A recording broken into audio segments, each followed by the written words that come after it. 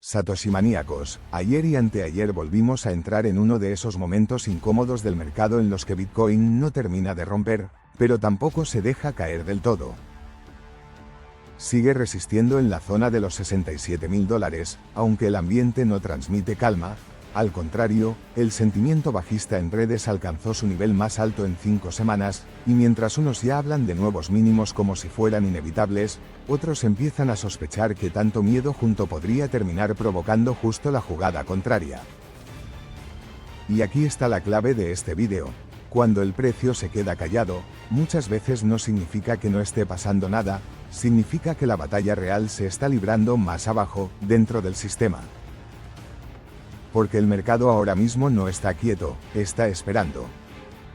Y eso cambia por completo la lectura. Cuando el precio entra en este tipo de pausa, lo peligroso no es solo el movimiento que venga, sino la falsa sensación de normalidad que deja antes de hacerlo. El miedo ya está creciendo, la tensión ya está colocada, y desde aquí el tablero puede reaccionar con violencia en cuanto encuentre el punto de ruptura. Por eso hoy conviene mirar menos el ruido inmediato y más la presión que se está acumulando debajo, porque hay momentos en los que Bitcoin parece no decir nada. Justo antes de obligar a todos a escucharlo. Y la primera pieza fuerte de esta historia está en algo que muchos prefieren no mirar: el mercado cripto se ha llenado de tokens más rápido de lo que ha sido capaz de generar valor real. Esa es la lectura del llamado problema existencial del ecosistema. Demasiada oferta, demasiadas promesas, demasiados proyectos emitiendo más de lo que construyen. Y eso provoca una consecuencia bastante dura. Mientras Bitcoin sigue resistiendo como referencia principal, una enorme parte del mercado amplio se va diluyendo, se va desgastando y empieza a demostrar que no todo lo que se crea merece sobrevivir. Esto puede sonar incómodo, pero es bastante simple.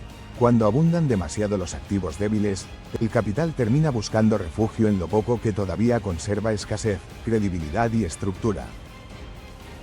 Por eso Bitcoin no resiste solo como precio, resiste como filtro, y esa diferencia importa mucho, porque en una fase como esta la pelea ya no es únicamente por subir, sino por demostrar quién tiene fundamentos suficientes para seguir en pie cuando el mercado se vuelva más selectivo.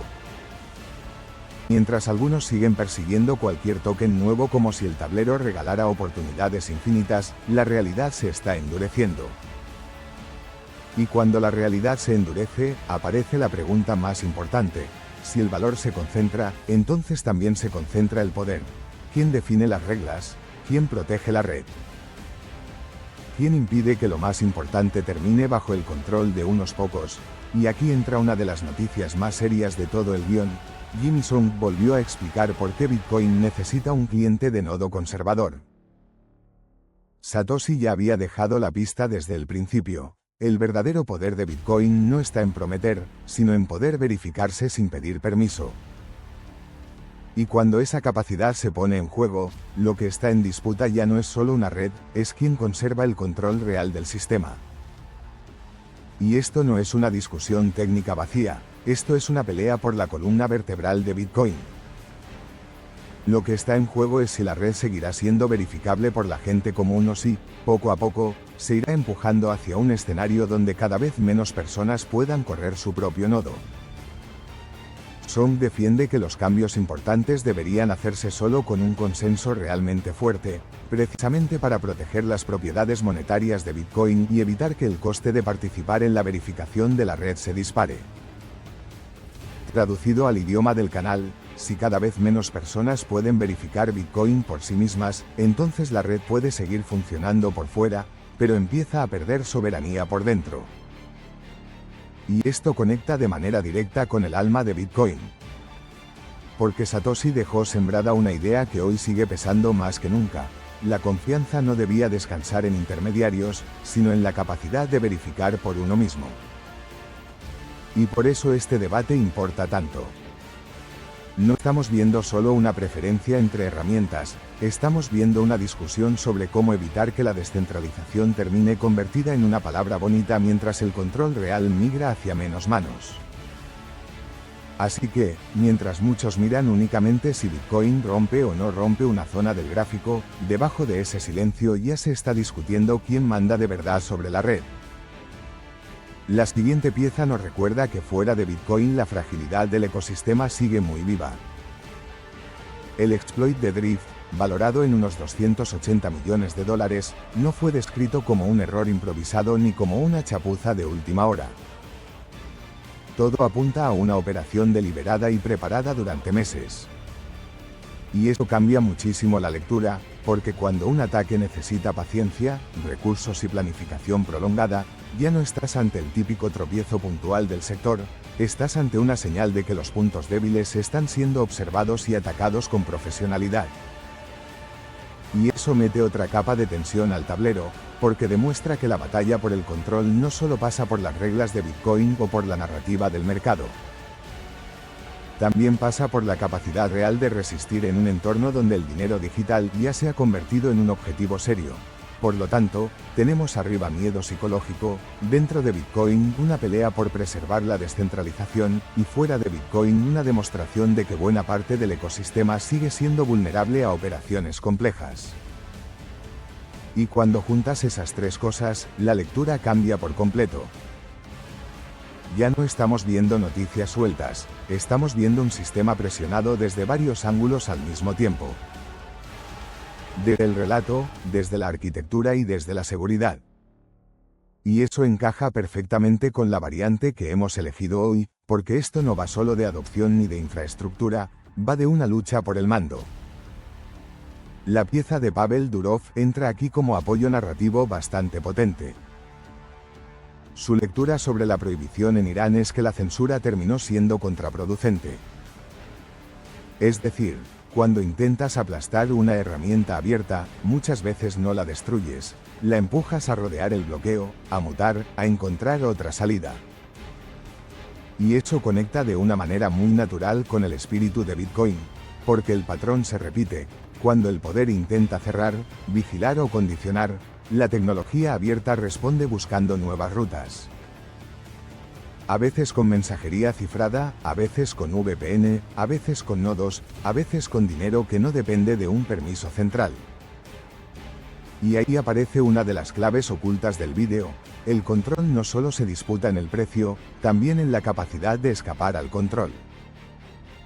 Y por eso la lectura final de hoy no es alcista ni bajista en el sentido más simple. Es más profunda. Si Bitcoin rebota, no significará que el peligro desapareció, significará que quizá el miedo se pasó de frenada, y el mercado castigó antes de tiempo a una masa demasiado inclinada hacia el mismo lado.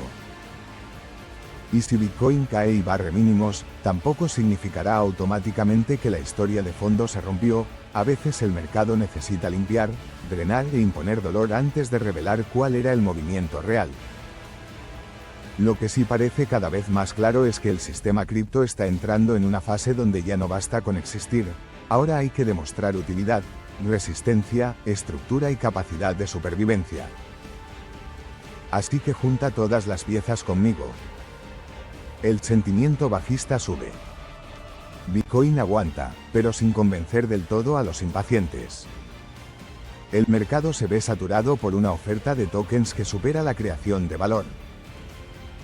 Dentro de Bitcoin se reabre la discusión sobre cómo proteger la soberanía de la red. Fuera de Bitcoin seguimos viendo ataques sofisticados contra protocolos enteros, y al mismo tiempo, la tensión entre tecnología abierta y poder político no deja de crecer. Eso no es una tarde aburrida del mercado. Eso es una advertencia. Eso es un sistema tensándose por dentro mientras la superficie todavía intenta parecer normal. Y aquí está la revelación final. La batalla por el control del sistema cripto ya empezó, pero no se ve primero en la vela, se ve en quién define las reglas, en qué activos conservan valor cuando sobra la oferta, en qué redes siguen siendo verificables por la gente común.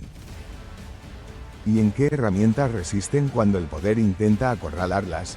Bitcoin resiste no porque el peligro haya pasado, sino porque en medio de esta tensión vuelve a demostrar por qué fue diseñado como fue. No para agradar al sistema, sino para ofrecer una salida cuando el sistema empieza a cerrarse sobre sí mismo. Así que, compañero de batalla, mi lectura para hoy es muy clara. No estamos ante un mercado muerto, estamos ante un mercado bajo presión. Y cuando un mercado entra en presión, lo que sale a la luz no es solo el precio, sino la verdad de su estructura. Suscríbete, deja tu like, activa la campana y comparte este vídeo con alguien que todavía crea que todo esto va solo de velitas verdes y rojas. ¿Por qué no, Satoshi maníacos? Esto ya va de control, de resistencia y de quién va a seguir en pie cuando el ruido se convierta en realidad de XD.